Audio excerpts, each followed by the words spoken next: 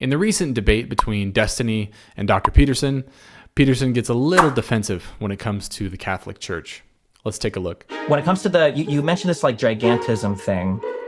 That's another thing where I'm not sure if people actually care about gigantism or if they're using it as a proxy for other things that they don't like.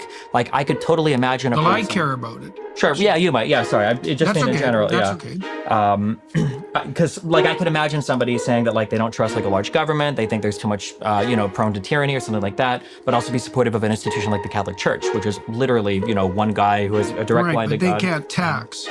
Well, I mean, there's... And they don't have a military. That and is... they can't conscript you. True, right? Yeah. And they can't throw you in jail.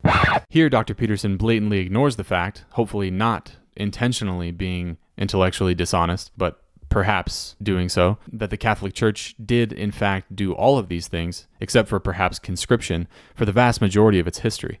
That is true, yeah. I mean... Right. Well, those are major and significant. I mean, I get the overlap. Don't get me wrong. Sure. But I'm saying, like, even if you had a local government, like a local... It's really no surprise that Dr. Peterson comes rushing to the defense of this organization, despite all of its problems. His wife is Catholic. He's said that being Catholic is the most sane way to live. And he's essentially on tour right now preaching Christianity. He's what I would call a new Christian. I think Jordan Peterson is one small part of the evolutionary landscape of religion. We all know that religions change over time, or I should say, if you study religion, you see this. Christianity is changing. It's changed just in my life a little bit. I'm sure you've seen this as well. It's changed a lot since the first century.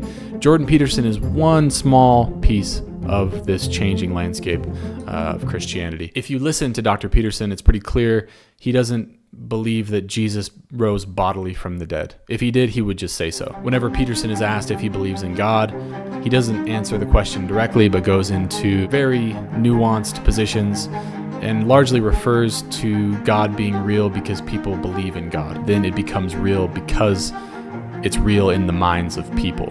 What Jordan Peterson likely believes, but will never say, is that Jesus' body after his crucifixion rotted away like everyone else's body. And I don't know why he doesn't come out and clearly say these things.